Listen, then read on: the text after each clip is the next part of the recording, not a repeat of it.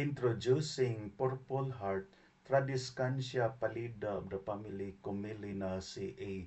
Purple Heart is a popular ornamental plant valued for its striking purple leaves and trailing growth habit.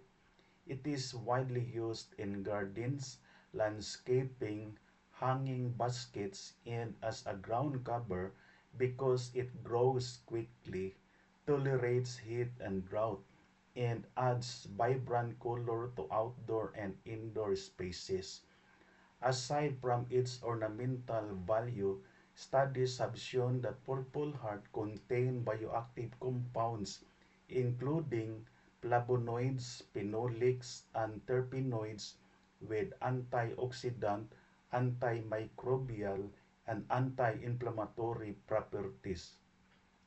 Research also suggests that the plant has potential medicinal applications, including alpha-glucosidase inhibitory activity, which may help manage blood sugar levels. Additionally, the plant has been studied for phytoremediation, as it can absorb and tolerate certain heavy metals in contaminated environments, thereby improving environmental quality. These characteristics make Purple Heart valuable not only as a decorative plant but also as a promising species for medicinal and environmental applications.